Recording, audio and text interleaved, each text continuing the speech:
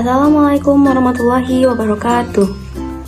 Perkenalkan, nama saya Amar Salwia Khairunisa Sinea, mahasiswa program Studi Pendidikan Agama Islam dengan NIM 240470254. Baiklah, dalam video kali ini saya akan membahas topik yang relevan dengan kehidupan kita, yaitu pengaruh penggunaan bahasa gaul terhadap penggunaan bahasa Indonesia di kalangan generasi Z. Generasi Z adalah generasi yang tumbuh di era digital.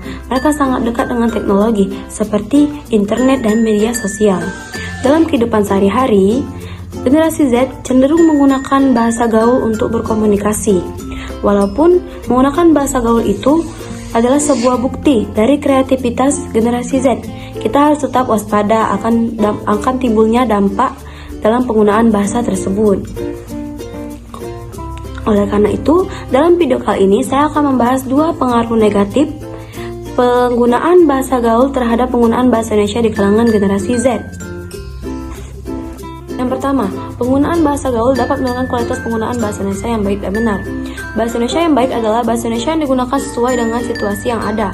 Sedangkan bahasa Indonesia yang benar adalah bahasa Indonesia yang digunakan sesuai dengan kaidah atau aturan yang berlaku. Nah, generasi Z cenderung menggunakan bahasa gaul untuk berkomunikasi dalam kehidupan sehari-hari, sehingga mereka cenderung sulit untuk mengganti bahasa gaul menjadi bahasa Indonesia yang lebih formal. Akibatnya, kualitas penggunaan bahasa Indonesia dalam situasi formal semakin menurun, terutama dalam tulisan-tulisan yang membutuhkan bahasa formal dan akademis.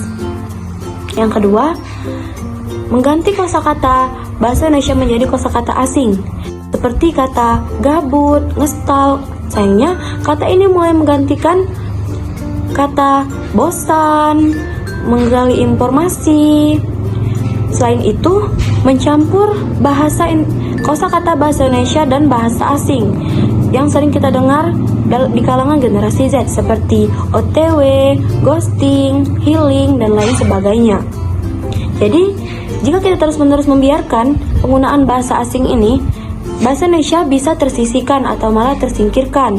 Lambat laun pun akan terlupakan. Jadi, ada beberapa solusi yang bisa mengatasi kita dan membiasakan kita terbiasa menggunakan bahasa Indonesia. Yang pertama, sadar pentingnya bahasa Indonesia. Kita harus tahu kalau bahasa Indonesia itu bukan hanya alat komunikasi, tetapi bagian dari budaya dan identitas kita. Jadi penting untuk menjaganya.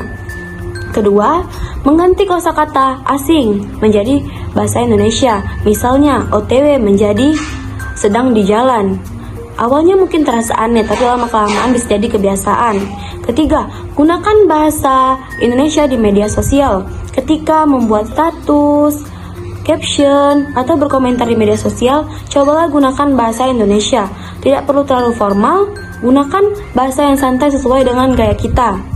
Yang keempat, perbanyak membaca atau menonton konten lokal.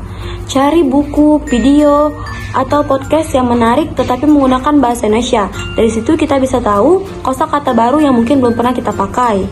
Kelima, ajak teman berlatih bahasa Indonesia. Ketika mengobrol dengan teman, cobalah tidak mencampur-campur bahasa asing dan bahasa Indonesia. Dengan saling mengingatkan, kita jadi lebih terbiasa. Jadi, kita tidak harus meninggalkan bahasa asing sepenuhnya, karena itu juga penting, tetapi kita harus bangga dan terbiasa menggunakan bahasa Indonesia dalam kehidupan sehari-hari. Mungkin itu saja yang bisa saya sampaikan. Apabila ada kesalahan, saya minta maaf. Wassalamualaikum warahmatullahi wabarakatuh.